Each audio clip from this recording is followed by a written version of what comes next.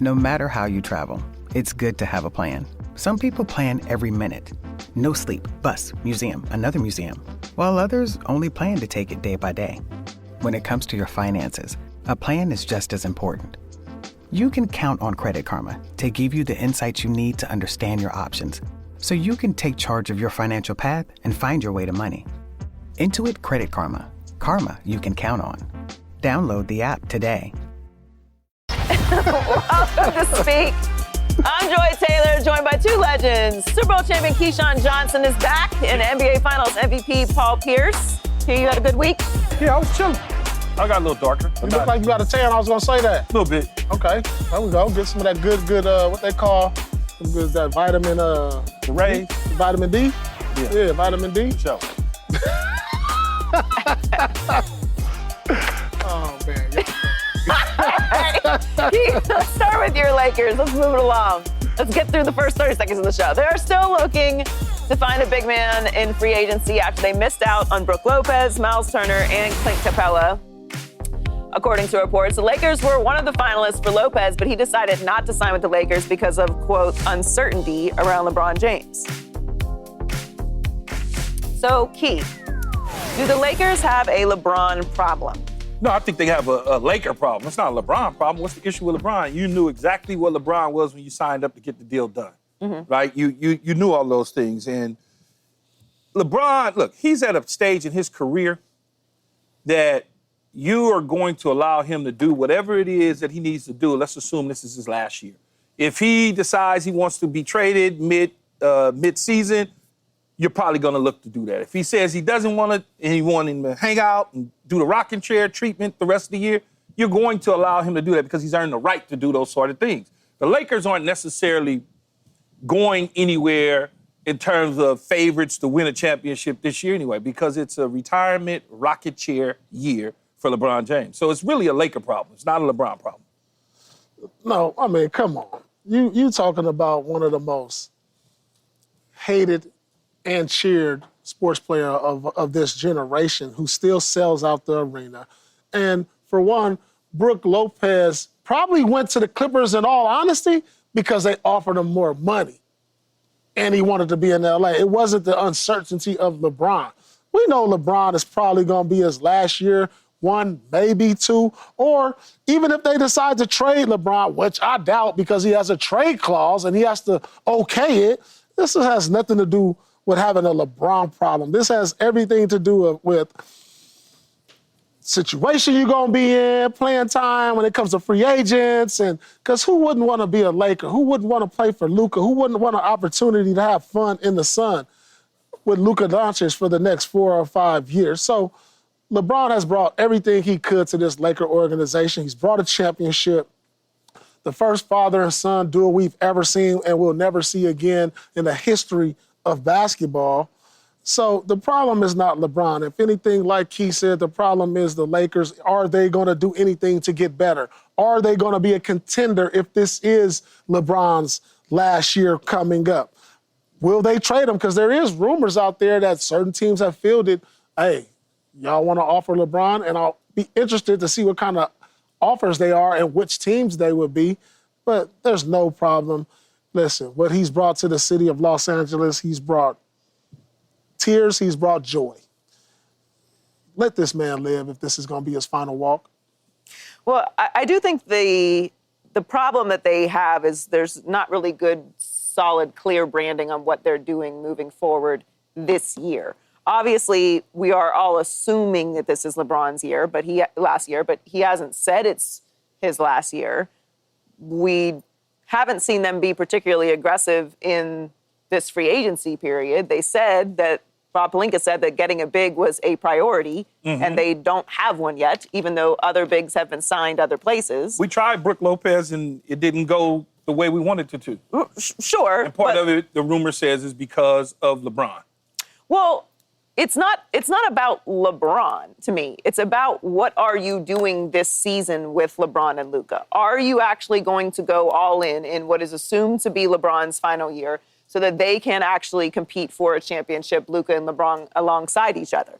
Or are you just allowing this, current construction with the addition of some kind of big and seeing what they can do with what you have. They don't seem like they have been particularly aggressive in the messaging of what they're doing this year or in action. So it's not a LeBron problem to me. It's a Lakers problem in that no one really knows what it is that they're doing this season. Well, this season is probably going to be that rocking chair where we cast him off and he goes and he does the tour and everybody congratulates him on such a successful career, yada, yada, yada. That's where it's at. I don't think that the Lakers are in a position to make a strong enough run to acquire the right amount of pieces. Even if you gave them LeBron, you're not getting the right amount of pieces in return to take you to where you want to go this year. The best things to do is to get him off your books when his contract expires a year from now, and that $50-something million is there to spend, because who's going to give up prize pieces from their organizations to get a one-year rental from LeBron if LeBron makes that decision, because it's a two-way street with a LeBron James. He's got to want to go somewhere in a trade. And they have to be able to get the maximum value back for LeBron. Right, and that's why it's not clear what it is they're going to do. It's very clear. We're going to play basketball with what we have. Yeah, nigga. Well, if that's what it is, then come out and say that. And then maybe Brook Lopez might have a difference of opinion if that's really what it's about whether he wants to be a Laker or not. But think about it, though, Joy. Brook Lopez is essentially in the same position as LeBron at the end of his career on the back end. I mean, we're not talking about a 5-year, 6-year guy. We're talking about a guy who's been in the league forever. Right. So he essentially is looking for a place that's going to compete for championships and win while he finishes up his career. And right now, the Lakers aren't it, because next year they're going to have to literally start this team as a Luka team. This year, as I said a couple weeks ago, it's still LeBron's team. Yeah. Regardless. This is like, you got to understand, like, I'm really looking at the pattern when you look at the new ownership around the NBA. The Lakers bought this team for $10 billion. They don't want to add any more costs at this point, trying to appease LeBron when he could be out of here next year. So, no, you mean the new owners bought it for $10 billion? Yeah, the new owners for the Lakers. So, and then you see the Celtics. What did they do when they got a new owner this year? They cut costs. What did Dallas do when they got a new owner? Let me send Luka over here so we don't have to pay that $300 million. So everything that LeBron's done, it's made it easier on Jeannie now, even though she's part of basketball operations, but there's still new ownership that they can be the bad guy and say, well, we're not doing anything to make the team better. We don't want to add more costs. We don't want to, just try to mortgage our future because we're trying to get LeBron one more championship. No, that's not how it works. When you get new ownership, it's their way, and most of them looking this way. Hey, how can I save money on the first year based on what you guys were spending a year before? And that's been the pattern.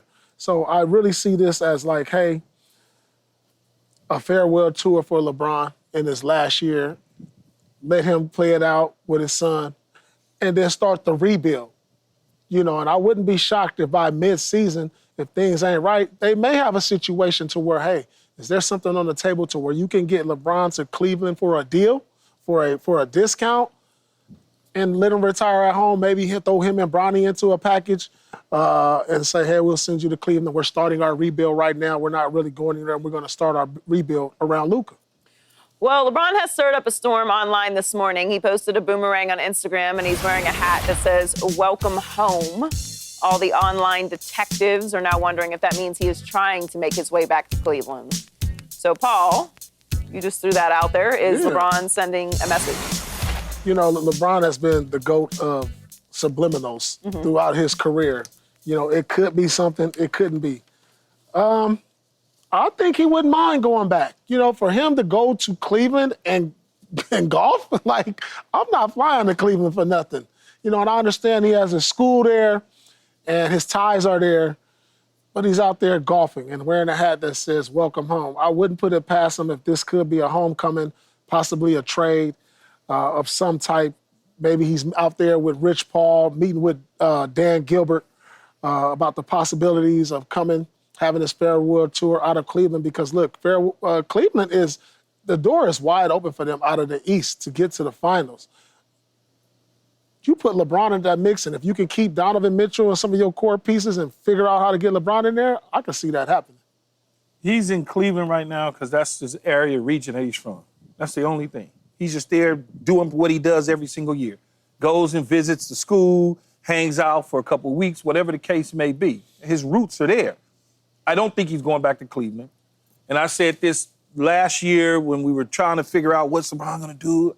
He's not going anywhere, Joy, until he decides to retire. And the reason that is because he doesn't want to alienate the situation in LA. But all of a sudden, you have strung us along for so long, hanging out with us, meaning Laker fans, and giving us hope for certain things, and then you're just going to rip it right from underneath us? He's not going to do that. His grounds are here in LA now. Mm-hmm. From a business perspective, and I know people, he could do that online and his phone calls and Zoom now. He doesn't have to be in LA. Yes, he does. Yes, he does. Yes, he does. Yes, he does have to be in Los Angeles to do some of the powerful things and powerful moves that he wants to make. And that's just the reality of it. I think he likes the new ownership. When they first bought the team, him and Luka was praising the new ownership and seeing things in a positive light. On top of all that, he just hired the damn coach last year.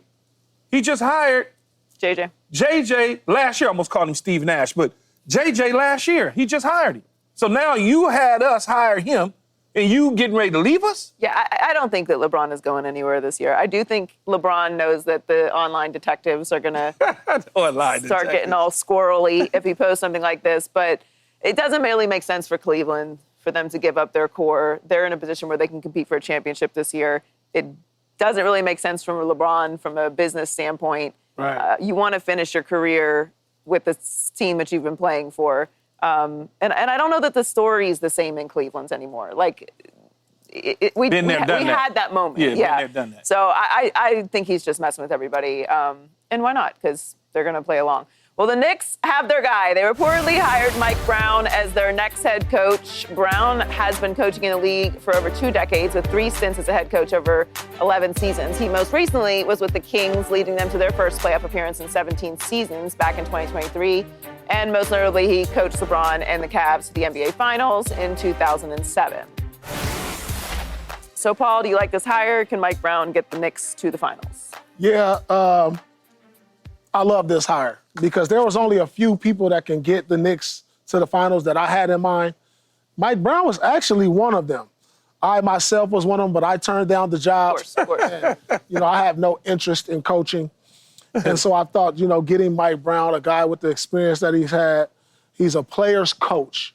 This is what they needed. Tibbs was a coach. This is something that we've talked about over the last week or so, that they needed a player's coach who can understand them, who can understand what they need, that can put them in a system so they can thrive on both sides of the ball. And you need a coach that can deal with the New York media. And Mike Brown has been that. He's been in situations where, he even got ejected. I remember he got ejected in a game, and he came to the podium with the laptop like it was a joke. Like, whatever, I can deal with y'all. Like, yeah, he was like, yeah, he got ejected and look, showed it to him. Like, he knows how to deal with the media.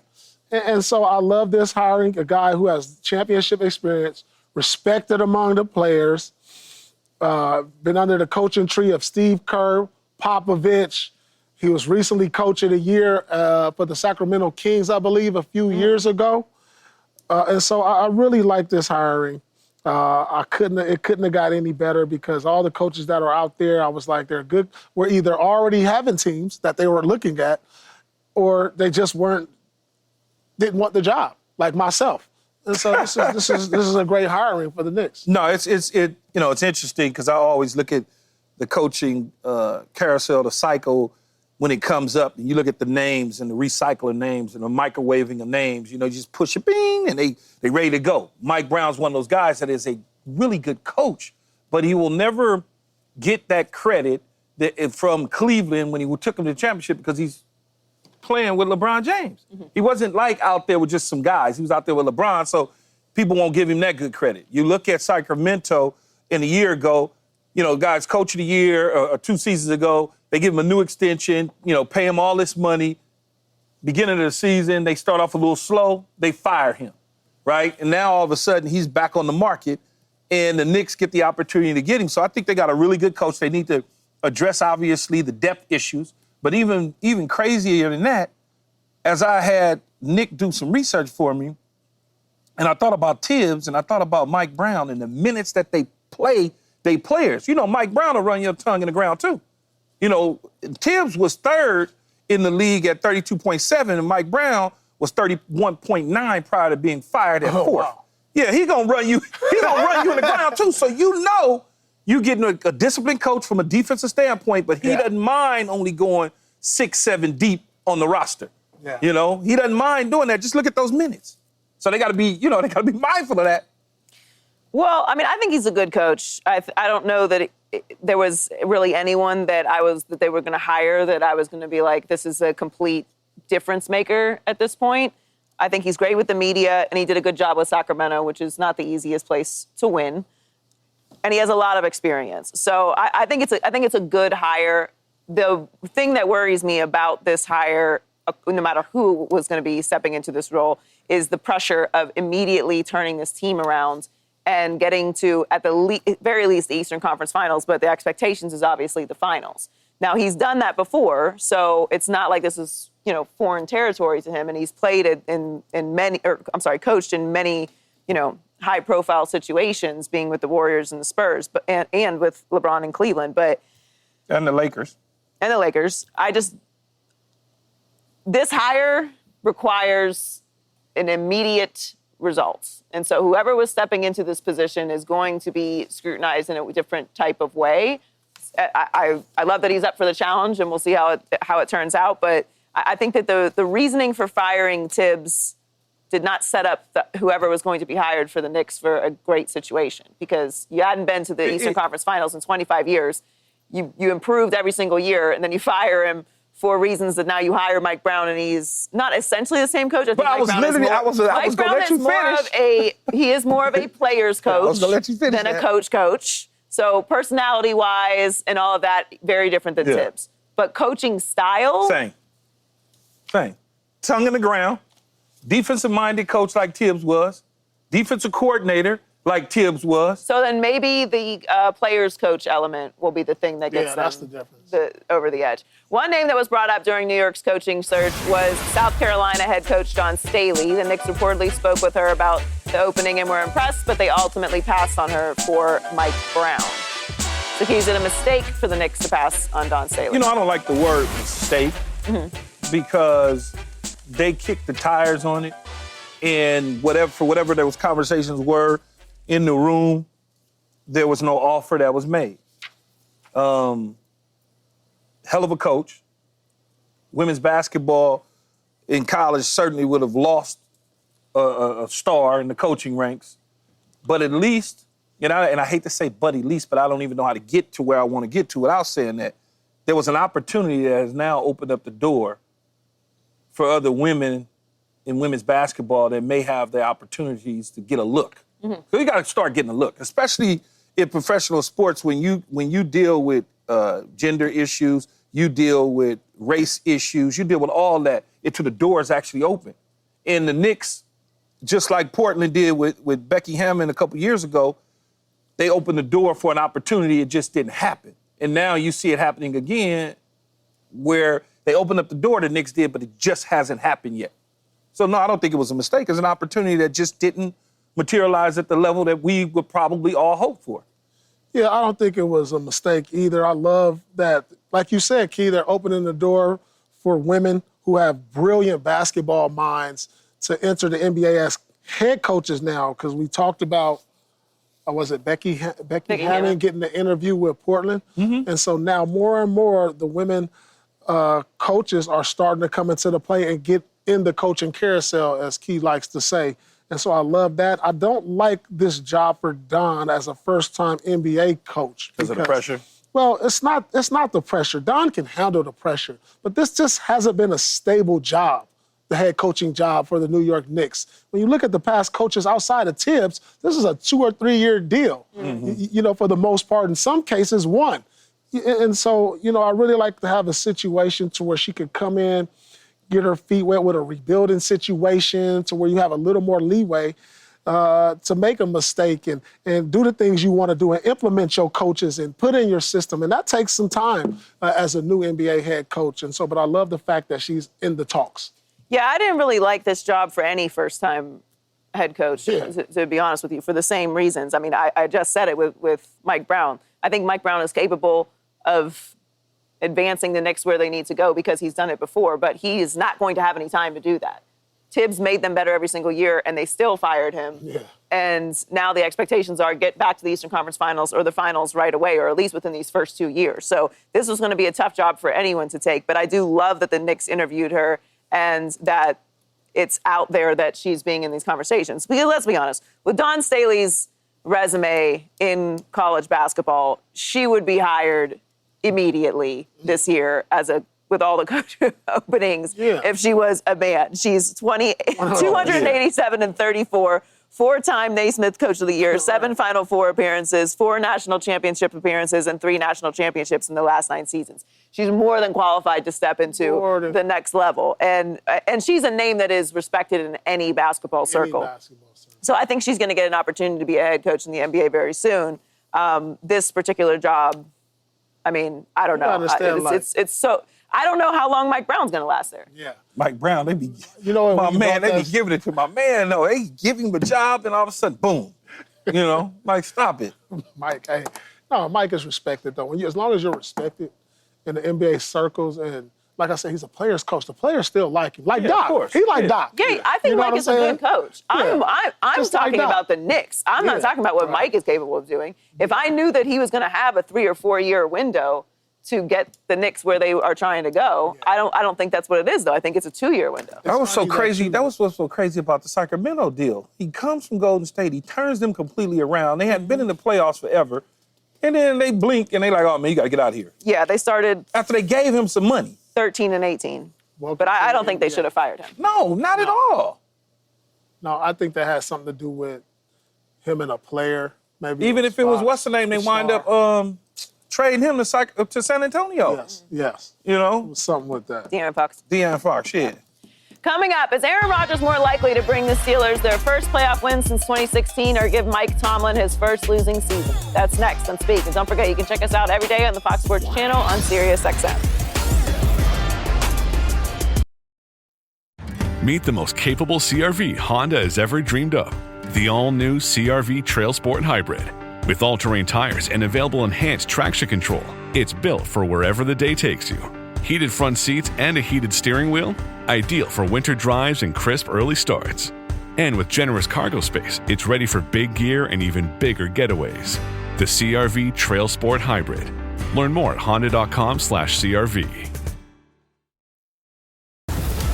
Time to check in on our social life. The WNBA is planning on expanding, but Fever's Sophie Cunningham said she doesn't think anyone would want to go to Detroit or Cleveland.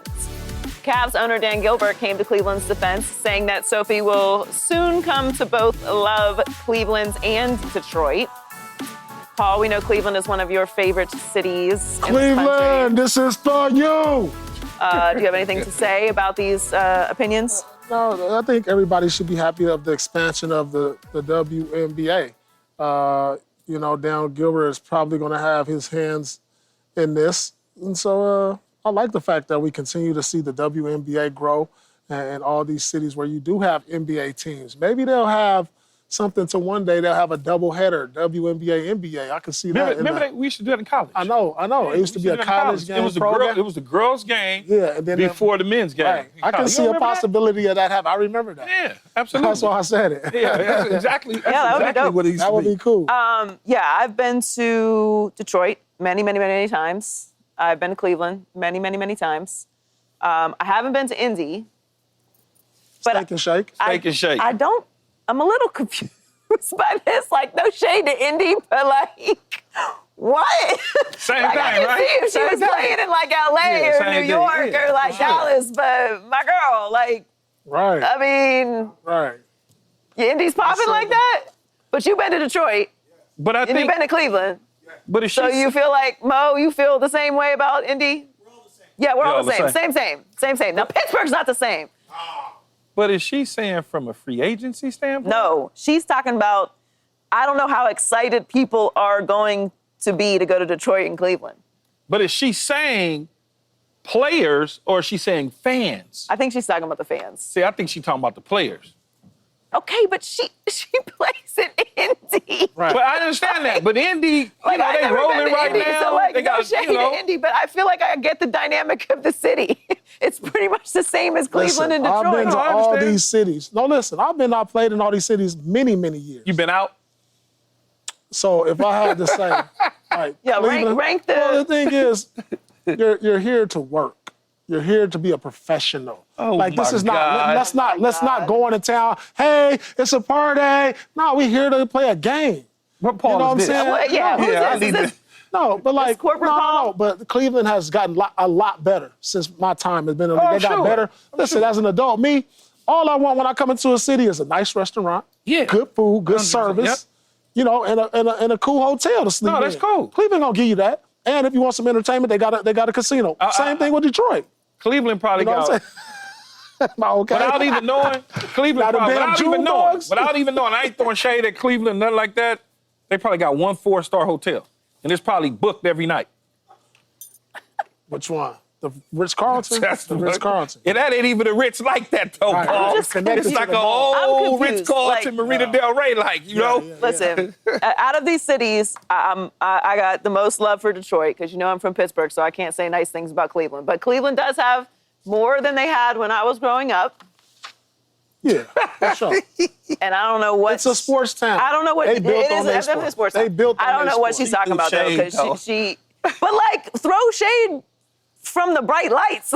Well, you know what I'm saying? She Indy. throwing shade because, like, right now, Indy is on the map. That's what I'm saying. They You know what I'm cracked saying? that Maybe guy. it ain't on the map because of her. No, but she's part of it. True, but she part She's of part it. of it. You know, You know, she part the of it. Pacers went to the finals. Yeah, the Fever exactly. got the hype right now. Yeah. No. You know? Clark. Yeah, but got she the height plays for right the now. Fever. Yeah, okay. You know, so All right, Thank you, well, Shake. they well, gonna ride with that. we know these new teams aren't going to be trading for Sophie, so she don't have anything to worry about. Over to football. By all accounts, the Steelers have been loading up to win right now with Aaron Rodgers under a one-year contract, but things might not go as smoothly as hoped for Pittsburgh. The Steelers are currently favored in only 6 games all year, and 2 of those are against the Cleveland Browns. Dang, so 11 of the games they not favored. Dang. 6 games. They're favored at the The Jets? Jets week 1, which is actually kind of surprising, but they're favored at the Jets week 1. Seahawks at home, Browns at home, Colts at home, Dolphins at home, and then at the Browns. That's about right, though. That's kind of what I had them at. You had them at 6 wins? This early, I had them, no, not just 6 wins, but I had them beating the Jets. Well, I had them losing the Jets, actually. I had them beating Seattle. I had them beating the Browns, the Colts, the Dolphins, the Browns again. I had them beating them teams. Well, their over-under is at 8.5. So what is more likely to happen, for them to have a losing season or win a playoff game? Win a playoff game. Win a playoff game. That's honestly why Aaron Rodgers is the quarterback of the Pittsburgh Steelers, to get them over the hump. First time they win a playoff game since 2016, I think it is, Joy? Yep. So where are the other wins? Oh, you want me to go with my schedule? Okay, hold on. So they're gonna lose to the Jets. They're gonna beat Seattle, beat New England, pop Minnesota, pop Cleveland, lose to Cincy, lose to Green Bay, beat Indy, lose to the Chargers, beat Cincinnati, beat Chicago, lose to Buffalo, lose to Baltimore, beat Miami, beat Detroit, beat Cleveland, and lose to Baltimore again. So I got them at 1, 2, 3, 4, 5, 6, 7, 8, 9, 10, 11 wins. Woo. I got them at 11. That's one more win with Rodgers than you had with Russ. Yeah, but that's what, Yeah. That's, and we'll take that. As long as we win in the postseason. Right. Who is we? I mean, when I say we, I mean like the team, not necessarily. I'm not a Pittsburgh Steelers fan. So, Yeah. I am, but I do not think that this is going to be that successful of a season. I am not sold. but who you got them losing to? A lot more people than you have them losing to, because I don't think that this is going to come together under Aaron. I think they'll win more games than he won last year. But if we're talking about the entirety of a season in a very tough division. I understand. But I got him. In his first year in this system. I got him losing to Baltimore twice. I got him splitting. So I think they split with Cincinnati. I got him splitting with Cincinnati, and I got him beating up on Cleveland twice. What's wrong with that? I mean, they do have Baltimore's number. They usually can beat Baltimore once a year. And at the end of the year, who knows what Baltimore's going to be playing for something. Exactly. I think that's Lamar be might be chilling. Right. That may be a split down there.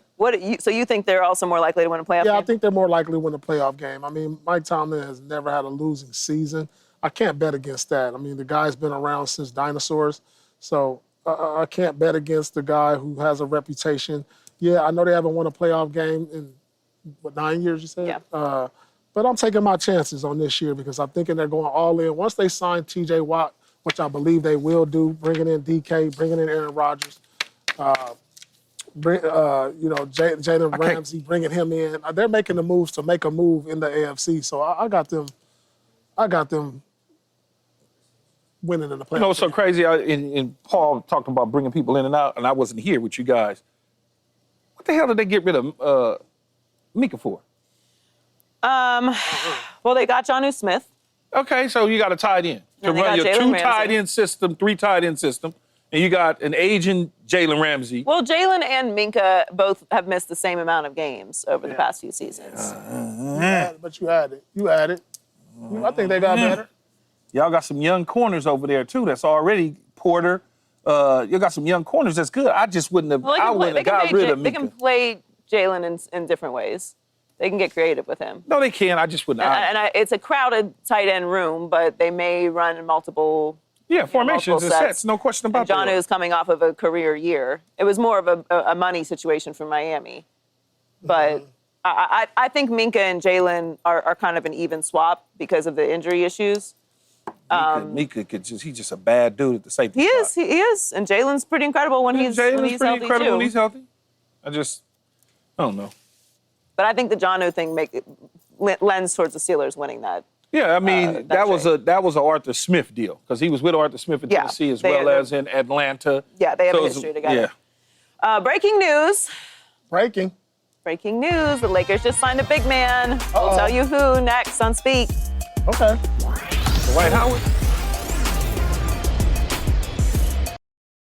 Now at Chipotle, our all-new Chipotle Honey Chicken brings Chipotle heat with a touch of sweet. Seared smoked peppers and savory Mexican spices, blended with a hint of pure honey for a perfectly balanced sauce. All combined with fresh, tender chicken hot off the grill, served up in your favorite burrito or bowl. New Chipotle Honey Chicken takes heat and sweet to a whole new level. But it's only at Chipotle for a limited time. Order now in the app for pickup or delivery. Chipotle, for real. The Lakers have reportedly agreed to a deal with Deandre Ayton. He cleared waivers today after being bought out by the Trail Blazers, and he feels a huge need for LA at the center position. So, Key, do you like this move for your Lakers? I do. I like the move because one thing it told me about him is he wanted out of Portland to get to an opportunity to win something. And that's what he did. Now the Lakers look a little bit different. It looks a little bit different for us because we got a rim protector, the big. And Deandre Ayton, being the number 1 overall pick, some people think that he's not at the level, worthy of that pick. But I believe, just off the top of my head, he's averaged like 17 points a game. I mean, he's like in double-digit rebounds. I mean, like he's a real center, a real 5, so to speak. So it'll be, and he can score the basketball. I like him a lot. And then the draft class that he came out in, people looking at that, right? Luka, Trae Young, and so they started looking at him versus that, and he's not getting his credit, and he was moved on from Phoenix to Portland in a dumpster fire trade, and so now we get him. And I think we get him with Luka and LeBron and whoever else we put on the roster. Now I feel good about our chances. The rocket chair could have some cushion in it now. Yeah, no surprise here. Does it fix some of the issues?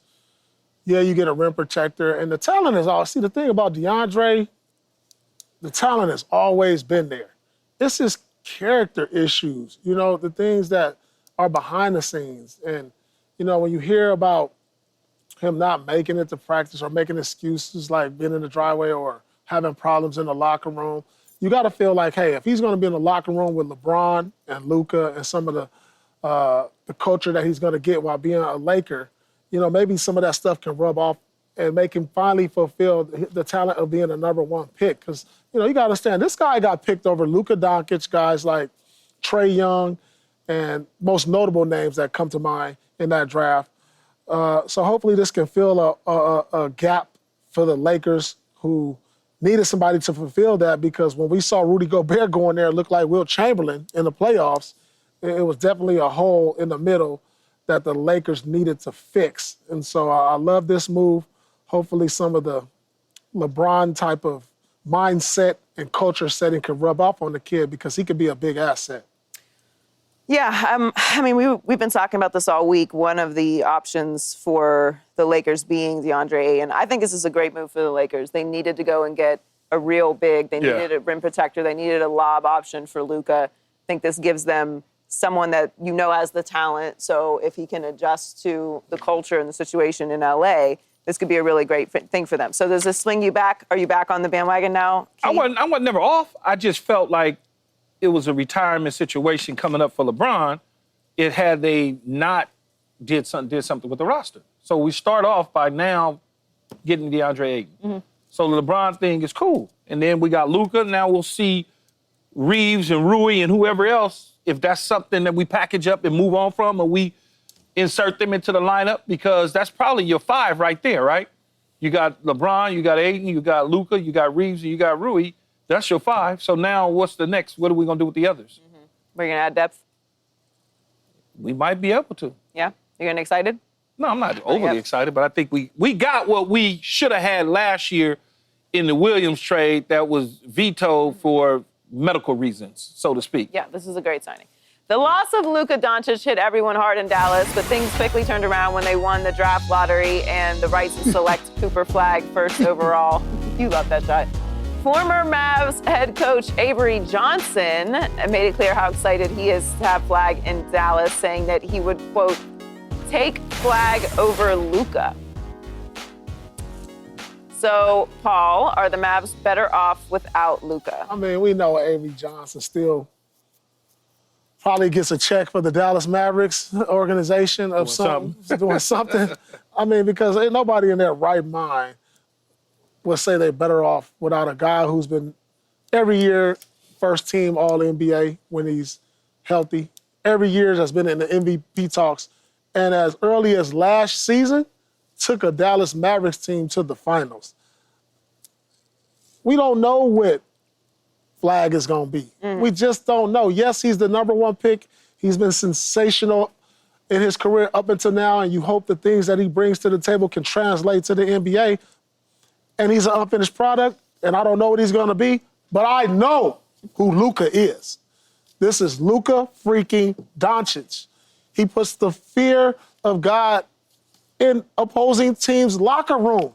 I've seen it time and time again. So for Avery to say that, I get it.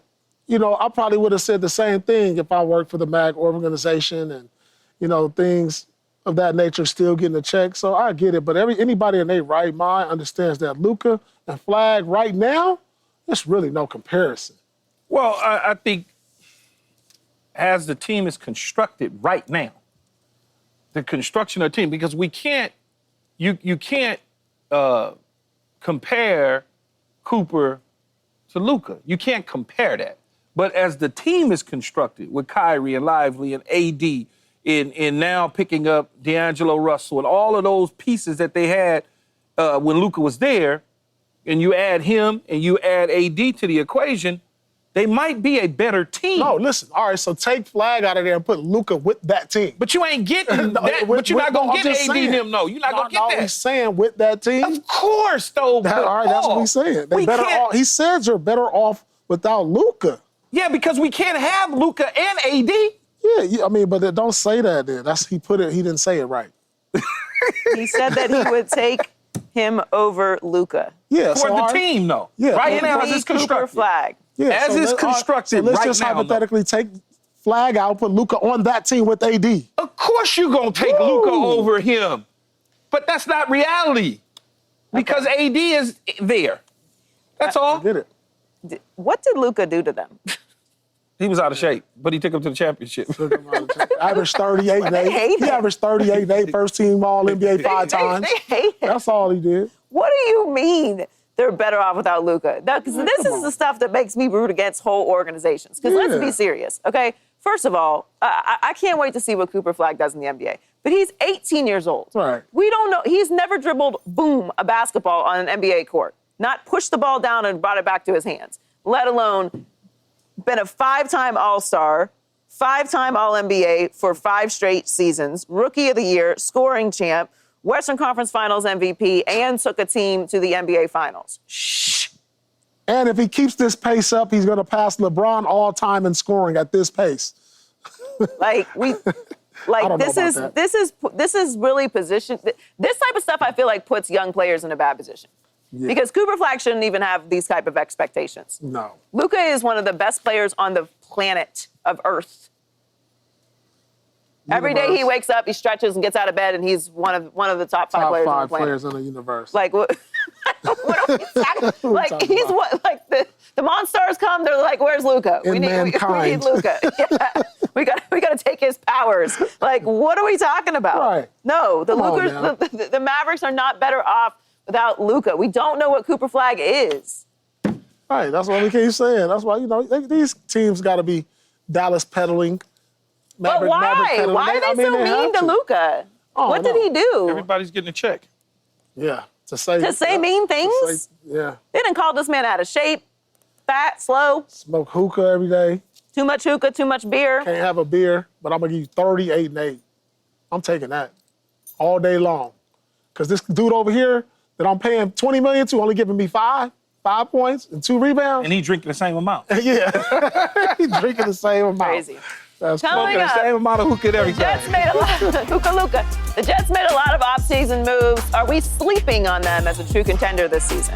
That's next on Speak.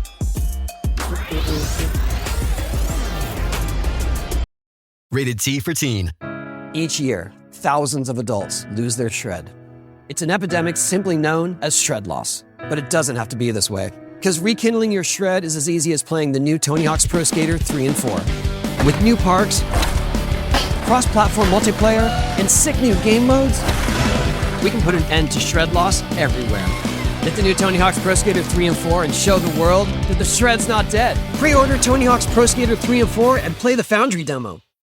Heath's friend Aaron Glenn is working hard to turn things around as the new head coach for the Jets. With a new coach and GMs, it seems like the Jets are facing a rebuild, but the team made a lot of big moves this offseason, and running back Breece Hall said that a lot of people are going to take them for granted and not realize they have a solid team. The key are the Jets, the biggest sleeper this season. Yeah, remember I picked them for the AFC East, that they were winning, not Buffalo. I do believe this young core, with this coaching staff, they're going to have a lot of juice, a lot of energy. People sleeping on them because of the past. And they don't understand this is a new regime coming in and doing it their way opposed to the old way, which goes a long ways for a starving organization that's looking to win. Yeah, I really like the Jets, but I think they're just a little wet behind the ears as far as experience. You know, you got a new starting quarterback. You got a new head coach. A lot of young players. And so I think the biggest sleeper for me is the Raiders. I like what they was able to do. New coach. You bring in Anston Genty, a running back. You got your quarterback in place now. I really like what they're gonna bring some havoc to that division. Now I think they're gonna be the 4th best team. But there's gonna be some games to where you're gonna be like, whoa, they beat the Chiefs on a night where the Chiefs are favored. And so... Who wins more games, though? The Jets or the Raiders? I think the Raiders win more games. I think the Raiders are going to be closer to 8 wins than the Jets. All right, so what's their bet? They're probably about the same. What's their bet, though? What's the bet? I don't know. I'm asking you because I need to get some of that. Steak dinner. Okay. Steak dinner, the Raiders have more Wins than the Jets. Paul learned his lesson on the cash flow. Yeah. He's like, steak, that's it, no steak. You were living off that for a while. We got some steakhouses. We got some expensive dinners. I think they're definitely going to be better than they were last year, and they have real potential if Justin Fields can play to the level that he was playing last year.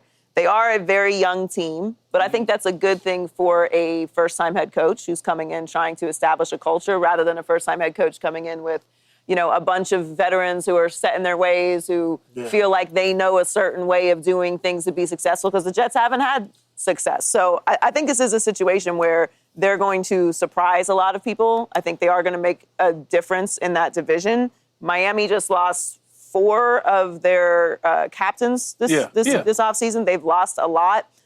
I think the Patriots will be better, so that division is going to be much different. I think the Raiders will be better, and I do love the Genty draft pick, but I think that division is just too hard for the Raiders to really make any kind of noise, whereas I believe the Jets have a real opportunity to be a playoff team. I think the Raiders are going to be sitting in that, fighting for that 3rd spot, but be a team that can still potentially get one of them bottom playoff spots, one of them 6, 7 playoff spots. In terms of the Jets, though, when you talk about young head coaches, first time, but if you coming in and you setting a certain standard and not some sucker okay, players will respect you.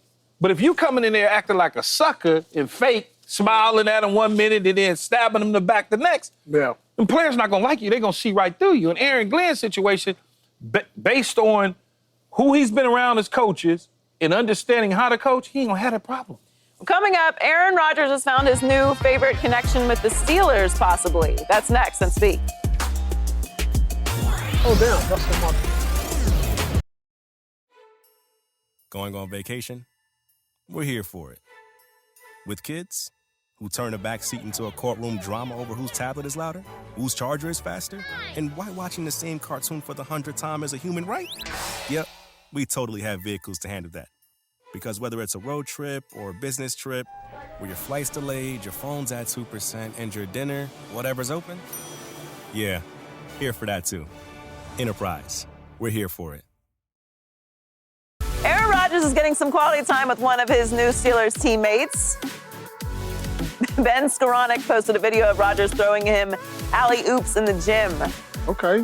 How are you judging these basketball skills? They say Aaron Rodgers is not a leader. Look at that. This is chemistry building right here. I like it. I like it. That's it for us.